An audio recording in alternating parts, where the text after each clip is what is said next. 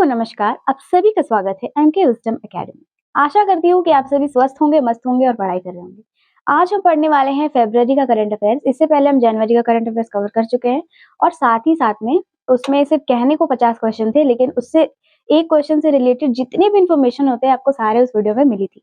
और जैसा कि ये जो फरवरी का पीडीएफ है उसमें हम इम्पोर्टेंट आर्टिकल को भी देखेंगे, क्योंकि समय कम है, क्या पता हमें क्वेश्चन आर्टिकल से भी पूछते, ठीक है। तो जितने भी इम्पोर्टेंट आर्टिकल है जो एग्जाम में पूछे जाते हैं या फिर आने के चांसेस है, उसको भी आज हम देखेंगे और साथ साथ में करंट अफेयर बन पाता है वो भी आज हम कवर करेंगे। चलिए स्टार्ट करते हैं। पहला है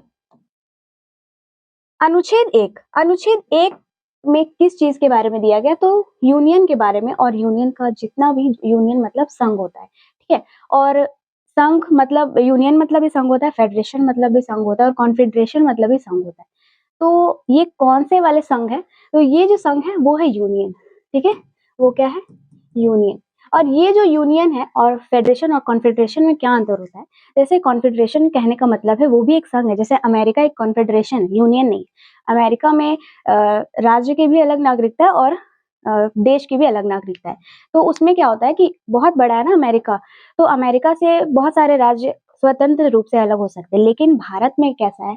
भारत एक ऐसा यूनियन है जहाँ पे आप अपनी मर्जी से तो आ सकते हैं, आप चाहे तो अपनी मर्जी से यहाँ पे मिल सकते हैं, लेकिन आपको भारत संघ से अलग होना है या नहीं होना है वो संसद पे निर्भर करता है, ठीक है। वो मतलब भारत सरकार पे निर्भर करता है, संसद पे निर्भर करता है कि वो आपको अलग क्षेत्र प्रदान करेगी या नहीं करेगी, ठीक है। और फिर फेडरेशन में आ जाएगा वही, जितने भी आसियान वगैरह होते हैं वहां पे वो भी एक संघ है, लेकिन वो फेडरेशन मतलब होता है कि कोई भी देश जो है वो, जैसे ब्रिक्स शिखर सम्मेलन है, वहां से जुड़ भी सकता है, वहां से हट भी सकता है, ठीक है।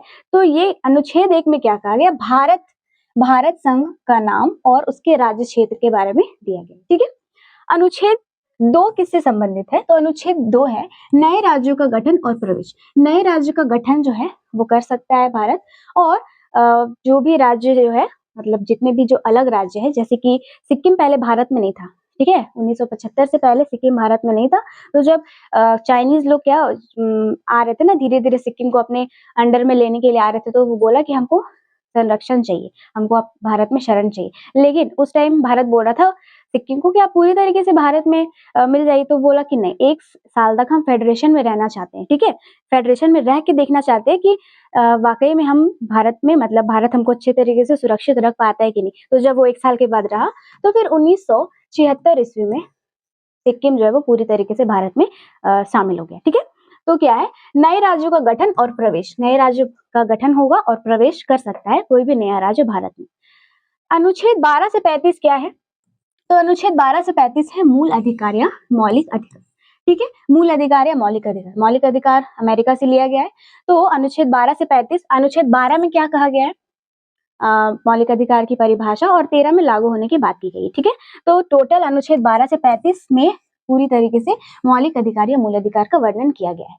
अगला है अनुच्छेद 14। अनुच्छेद 14 है विधि के समान, यानी कि कानून के समक्ष समानता। कानून के सामने सभी व्यक्ति क्या है? एक बराबर है। और अनुच्छेद 15 के तहत, वो भी समानता के अधिकार के अंदर ही आता है, तो अनुच्छेद 15 के तहत ये कहा गया है कि किसी भी व्यक्ति को धर्म, जाति या फिर किसी भी तरीके से, लिंग के आधार पर किसी भी तरीके से भेदभाव नहीं किया जाएगा, सब लोग एक समान है, ठीक है। सबको अच्छे से जीने का हक है। उसके बाद है अनुच्छेद 17। 17 मतलब खतरा। ये है अस्पृश्यता का अंत, मतलब छुआछूत। ये तो इतना बार पूछा जा चुका है कि छुआछूत, ठीक है। अस्पृश्यता मतलब होता है छुआछूत, तो अनुच्छेद 17 के तहत छुआछूत का अंत किया जा चुका है।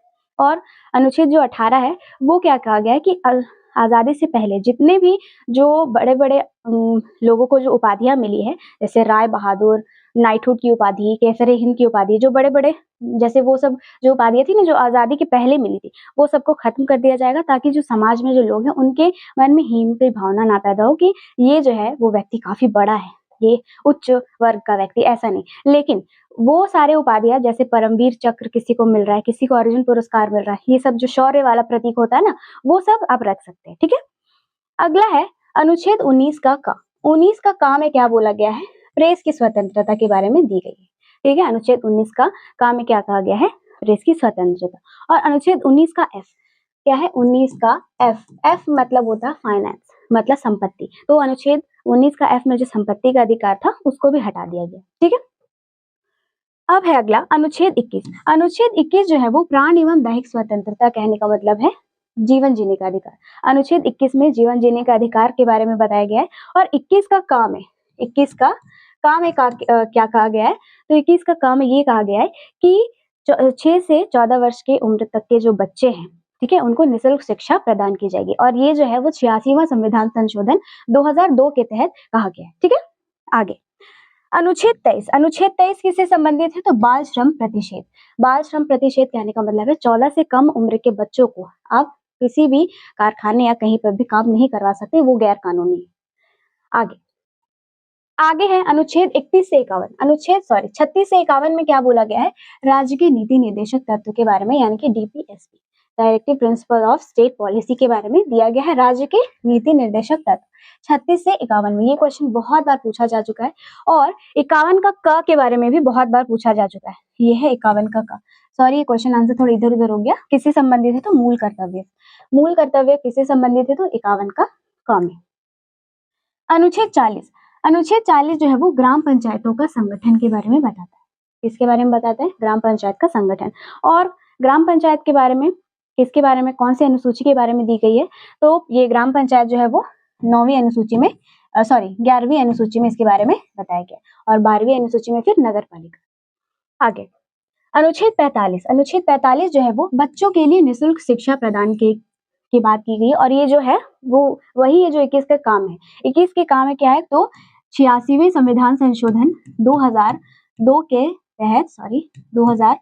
के तहत किसी भी 6 से 14 वर्ष के बच्चों को स्कूल में जो शिक्षा मिलेगी वो क्या मिलेगी, एकदम निःशुल्क, फ्री मिलेगी। ठीक है, आगे अनुच्छेद 52। अनुच्छेद 52 के तहत भारत का एक राष्ट्रपति होगा, ये बात का विवरण दिया गया। ठीक है, तो अगर पूछेगा कि अनुच्छेद 52 किससे संबंधित है, तो अनुच्छेद 52 जो है वो राष्ट्रपति से संबंधित है।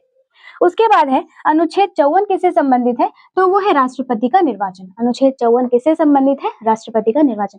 ये जितने भी क्वेश्चन है ना, यहाँ पे जितने भी आर्टिकल है वो बहुत बार उनके बारे में पूछा जा चुका है। अब है अनुच्छेद 61।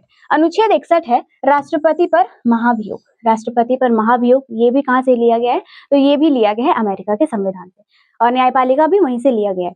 तो राष्ट्रपति पर महाभियोग, अभी तक भारत में ऐसा एक भी राष्ट्रपति नहीं है जिन पर महाभियोग लगाया, या फिर इसका कोई भी प्रोसेस, महाभियोग का कोई भी प्रोसेस अभी तक नहीं हुआ है, क्योंकि सारे अभी तक राष्ट्रपति अच्छे ही है। ठीक है, अब है अनुच्छेद 72, यानी कि 7(2) में है राष्ट्रपति को क्षमादान की शक्ति। अगर राष्ट्रपति चाहे तो कोई भी जो मुजरिम है उसको उसकी सजा जो है वो कम करवा सकते हैं या फिर माफ करवा सकते हैं। ठीक है, या तो कम या तो माफ। तो कोई भी मुजरिम है तो वो राष्ट्रपति से क्या बोलेगा, मेरा साथ दीजिए, मेरा साथ दो, साथ दो, साथ दो। तो 7(2) में क्या है, राष्ट्रपति को क्षमादान की शक्ति है। आगे अनुच्छेद 74 किससे संबंधित है, तो 74 है भारत के प्रधानमंत्री। जैसे 52 में है क्या, भारत के राष्ट्रपति, वैसे अनुच्छेद 74 में है भारत के प्रधानमंत्री। अनुच्छेद 79 में क्या है, संसद का गठन। संसद का गठन के बारे में बताया गया है, कितनी प्रकार की संसद के अंदर कौन कौन से है, तो लोकसभा, राज्यसभा और राष्ट्रपति। अनुच्छेद 80 से 81 है राज्य और लोकसभा का गठन। सरला जैसे है ना, सरला, सरला, ये है संसद, ये है राज्यसभा, ये है लोकसभा। 79, 80 और 81, ठीक है, वही चीज के बारे में यहाँ पे बताया गया। अनुच्छेद 85, 85 में क्या है, लोकसभा का विघटन। विघटन, लोकसभा का विघटन मतलब विघटित किया जा सकता है लोकसभा को, इसके बारे में अनुच्छेद 85 में बताया गया है। अनुच्छेद 108 किससे संबंधित है, तो संसद का संयुक्त अधिवेशन। संसद का संयुक्त अधिवेशन, ये क्वेश्चन भी बहुत बार पूछा जा चुका है कि संसद का संयुक्त अधिवेशन किस अनुच्छेद के तहत, इसके बारे में बताया गया, तो 108 के तहत। अब है 244। 244 जो है वो अनुसूचित जाति और अनुसूचित जनजाति के क्षेत्रों का वर्णन है। ठीक है, अनुसूचित जाति और अनुसूचित जनजाति के क्षेत्रों का वर्णन है। 280, अनुच्छेद 280 में है वित्त आयोग। वित्त आयोग के बारे में बताया गया है अनुच्छेद 280। और वित्तीय विवरण किसके बारे में दिया, वित्तीय विवरण जो है जैसे बजट उजट के बारे में जो वित्तीय विवरण होता है वो कितने अनुच्छेद में है, तो 112 में बताया गया है वित्तीय विवरण के बारे में, और 280 वित्त आयोग के बारे में। अनुच्छेद 324 क्या बोलता है, तो 324 में है निर्वाचन आयोग का उल्लेख। निर्वाचन आयोग का उल्लेख किया गया है 324 में। और अभी जो हमारे चीफ इलेक्शन कमिश्नर जो है वो कौन है? तो ज्ञानेश कुमार, ज्ञानेश कुमार। आगे अनुच्छेद 300, अनुच्छेद 300 में क्या है? तो अनुसूचित जाति और अनुसूचित जनजाति के आरक्षण, ये दोनों में बहुत अंतर है। 324 में बोला गया है सॉरी अनुसूचित 244 में बोला गया है अनुसूचित जाति यानी कि एससी एसटी के क्षेत्र का विवरण, और 300 में बोला गया है कि उसके आरक्षण के बारे में बताया गया है। ठीक है, आगे अब है अनुच्छेद 343 किसका संबंधित है इसमें? तो संघ की राजभाषा, संघ की राजभाषा किसमें कौन से अनुच्छेद में है? तो 343, ये 7 का क्यूब होता है ना 343, तो इसमें संघ की जो राजभाषा है उसके बारे में बताया गया। और हमारे कौन से अनुसूची में भाषाओं का विवरण दिया गया है? तो 8वीं अनुसूची में, 8वीं अनुसूची में बताया गया है जितने भी भाषा होती है ना, 22 भाषा अभी तो टोटल हमारे संविधान में 22 भाषाओं का उल्लेख है। वो जो उल्लेख है वो हर एक स्टेट जो होता है वो उसके जैसे कोई राजकीय भाषा होती है उसके आधार पर है। तो भाषा के आधार पर जो सबसे पहले राज्य गठित हुआ था, गठित किया गया था, वो कौन सा था? तो आंध्र प्रदेश, आंध्र प्रदेश। और वो कब किया गया था? तो 1953 में। 1953 में भाषा के आधार पर सबसे पहला जो राज्य गठित किया गया था वो था आंध्र प्रदेश। और 8वीं अनुसूची के बारे में बताया गया। जब हमारा संविधान बना था उस टाइम भाषाओं की संख्या कितनी थी? तो 14 थी। उसके बाद जो 15वीं भाषा जोड़ी गई थी वो थी सिंधी। ठीक है, और अभी टोटल 22 भाषा है। अब है 352, 352 है आपातकाल का प्रावधान। ठीक है, आपातकाल का प्रावधान है 352 में। एक होता है रारावी, ये याद रखिए, रारावी। ठीक है, रारावी, ये है वित्तीय आपातकाल जो कि 360 में है। फिर 352 में है राष्ट्रीय आपातकाल और 356 में है राजकीय आपातकाल। ठीक है, चलिए आगे अनुच्छेद 368 जो है वो संविधान संशोधन से संबंधित है। संविधान संशोधन से संबंधित है। और ये संविधान संशोधन की जो प्रक्रिया है वो कहाँ से लिया गया है? ये जो विषय कहाँ से लिया गया है? तो वो दक्षिण अफ्रीका से लिया गया है। इसके बारे में जितना भी संविधान संशोधन से जितना भी रिलेटेड जो मेन जो पूछे गए एग्जाम में या फिर जो नहीं भी पूछे गए लेकिन इंपॉर्टेंट है वो मैंने अपने चैनल में डाला, आप चाहते हो तो वहां से देख सकते हैं। लास्ट है 370, इसके बारे में पढ़ के क्या ही फायदा, जो कि ये जम्मू कश्मीर को विशेष दर्जा से समाप्त कर दिया। ठीक है, तो ये था हमारा आज का टोटल अनुच्छेद। अब हम आगे बढ़ते हैं अपने करंट अफेयर्स। पहला क्वेश्चन है, अभी मैंने बताया कि भारत के नए मुख्य चुनाव आयुक्त के रूप में किन्हें नियुक्त किया गया है? तो वो है ज्ञानेश कुमार। ज्ञानेश कुमार को अभी चीफ इलेक्शन कमिश्नर के रूप में इनको नियुक्त किया गया। ठीक है, ज्ञानेश कुमार, इनके बारे में थोड़ा सा देख लेते हैं। तो 17 फरवरी 2025 को ये 26वें मुख्य चुनाव आयुक्त के रूप में इन्होंने पद ग्रहण किया। और किनको रिप्लेस किया है? तो chief election commissioner Rajeev Kumar को इन्होंने रिप्लेस किया है। ठीक है, और कौन बने हैं 26वें नंबर के? तो ज्ञानेश कुमार। ये क्या होता है? तो 3 मेंबर का कमेटी होता है जिसमें एक इलेक्शन कमिश्नर के साथ 2 अन्य कमिश्नर होते हैं। और ये क्या है? तो 19 फरवरी को ये आधिकारिक तौर पर ग्रहण करेंगे नहीं, ये ग्रहण कर चुके हैं। ठीक है, और ये 1988 के आईएएस बैच के ऑफिसर हैं। आगे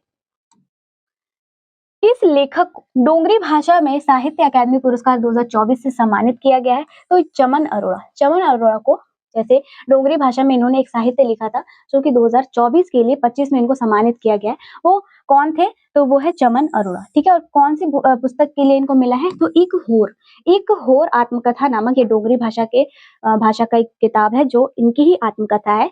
आत्मकथा होगा यहाँ पे,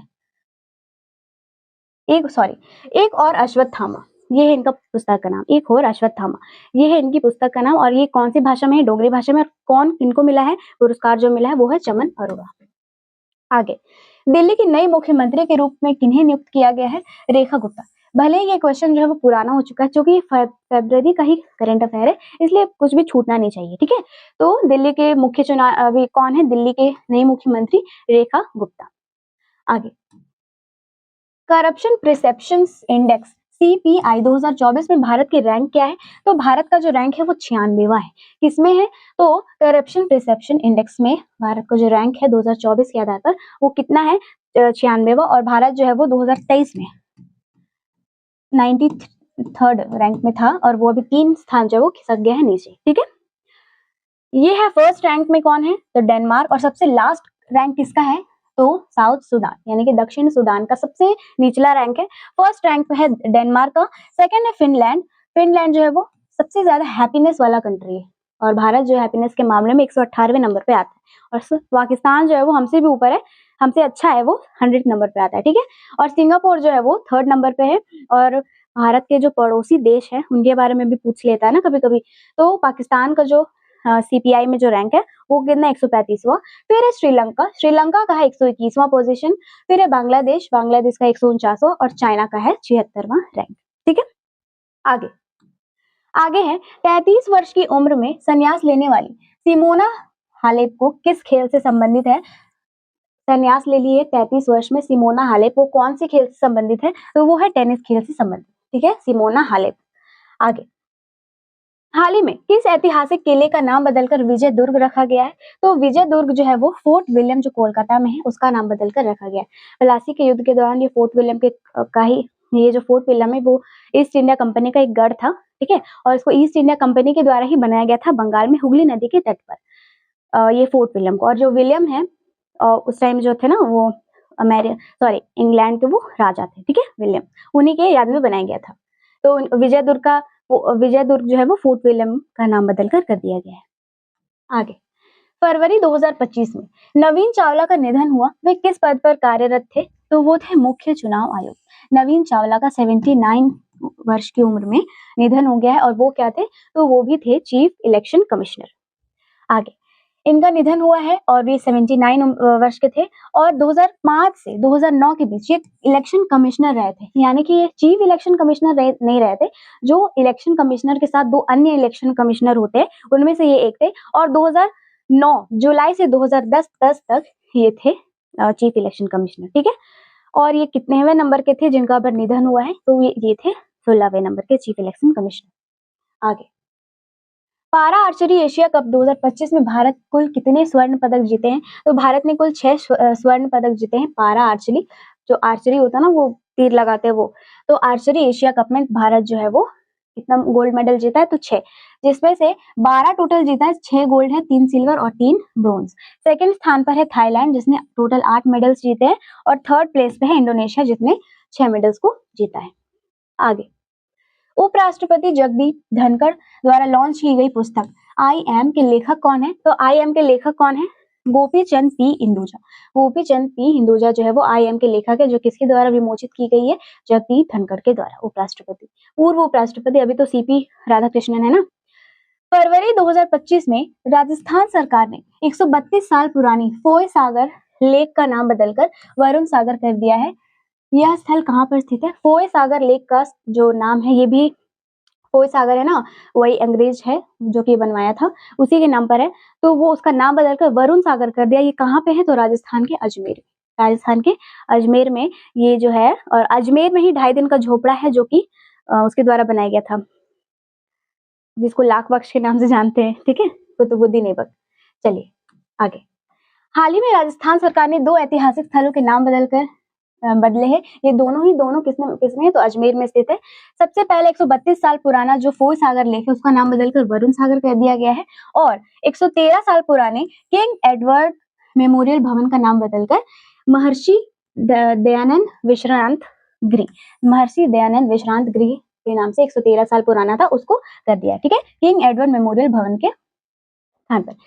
ये वही चीज है, ब्रिटिश कॉलोनियल के ये जो ब्रिटिश लोग थे ना वो लोग बनवाए थे अपने अपने नाम से, तो उसका सबका नाम अभी बदला जा चुका है। आगे ICC द्वारा भ्रष्टाचार के कारण प्रतिबंधित की जाने वाली पहली भारतीय महिला नहीं, पहली महिला कौन थी? क्रिकेटर कौन है? तो वो है सोहेली अख्तर। सोहेली अख्तर को प्रतिबंधित किया जा चुका है, ठीक है, ICC द्वारा। तो वो पहली महिला जिनको प्रतिबंधित किया जा चुका है वो कौन है? सोहेली अख्तर। ICC के बारे में देख लेते हैं। तो ICC का फॉर्मेशन कब हुआ था? ICC की स्थापना जो हुई थी वो 15 जून 1909 ईस्वी को हुई थी, ठीक है। हेडक्वार्टर कहाँ है? Dubai, UAE, United Arab Emirates में है इसका हेडक्वार्टर। मेंबरशिप क्या है? तो मेंबर टोटल अभी 108 मेंबर है और इसके जो चेयरमैन है वो कौन है? जय शाह, ठीक है। और BCCI के जो नए अध्यक्ष है वो कौन है? BCCI के मिथुन मिन्हास।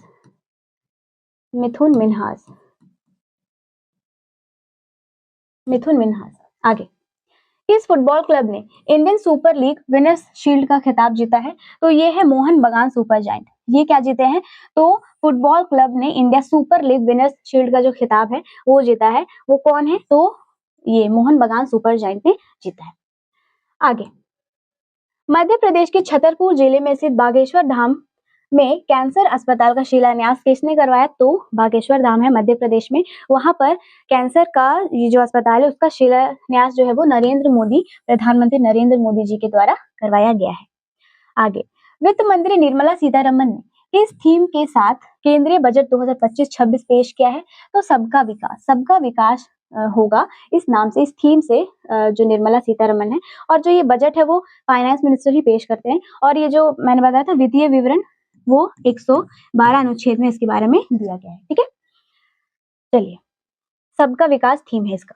अंतरराष्ट्रीय मातृभाषा दिवस 2025 कब मनाया गया है? तो ये मनाया गया है 21 फरवरी को। अंतरराष्ट्रीय भाषा दिवस, मातृभाषा दिवस 2025 कब मनाया गया है? तो 21 फरवरी को। आगे, विश्व सामाजिक, और 2 फरवरी को वेटलैंड डे मनाते हैं। ठीक है, वेटलैंड मतलब आर्द्र भूमि, जो रामसर कन्वेंशन में जो वो ऐड होता है ना वो।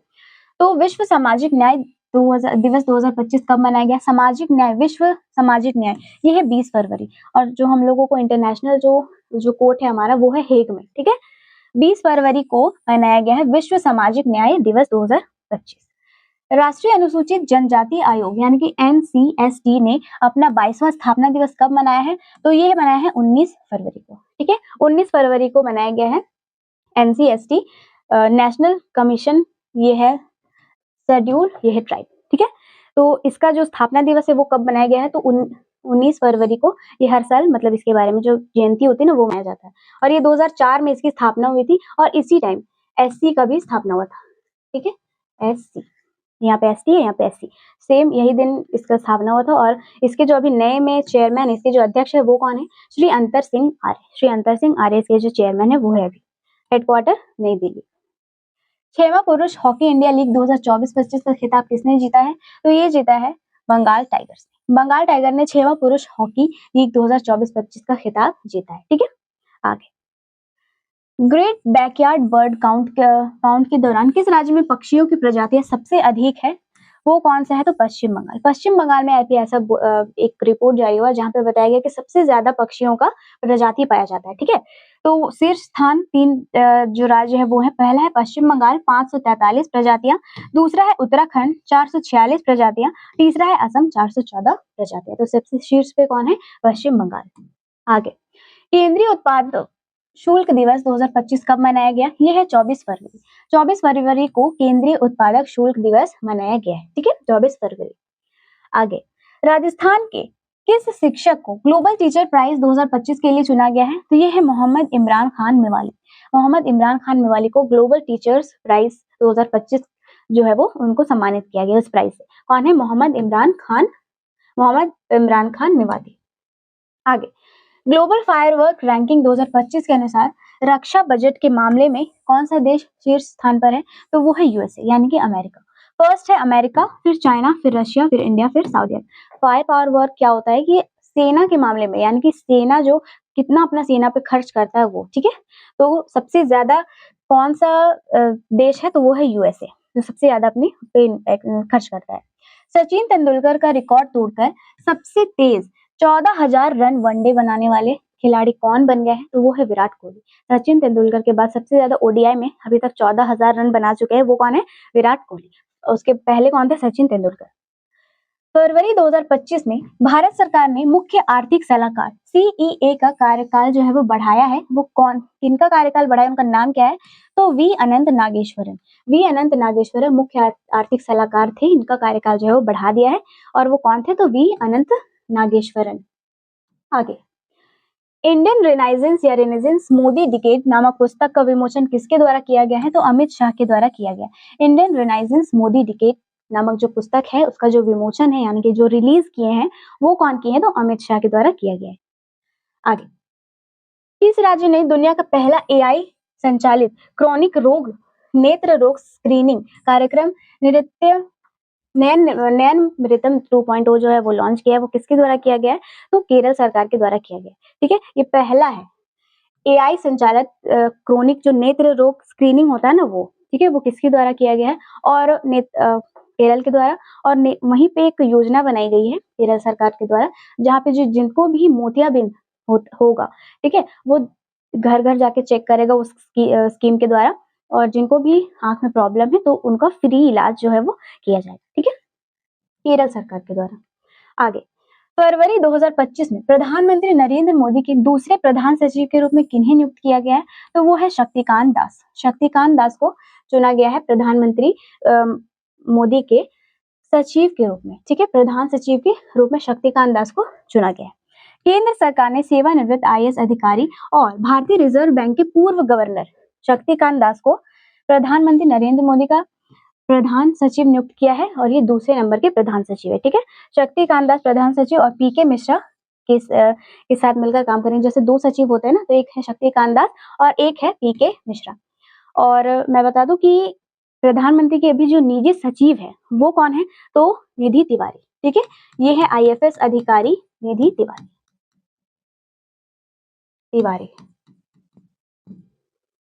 आईएफएस अधिकारी निधि तिवारी। तो आज का जो हमारा टॉपिक था वो यहीं तक था। उम्मीद करती हूँ कि आपको पसंद आएगा। जितना भी करंट अफेयर्स आएगा उसके साथ कुछ एडिशनल क्वेश्चन मैं जरूर लेकर आऊंगी, जिससे कि आपका जो मोस्ट रिपीटेड है या फिर मोस्ट रिपीटेड नहीं भी है लेकिन उससे रिलेटेड है, ठीक है, तो वो आपका कवर होते जाए। तो फिर मिलते हैं मार्च का करंट अफेयर्स में। इसके लिए आप वीडियो पे बने रहें अगर आपको पसंद आए। फिर मिलते हैं नेक्स्ट वीडियो में।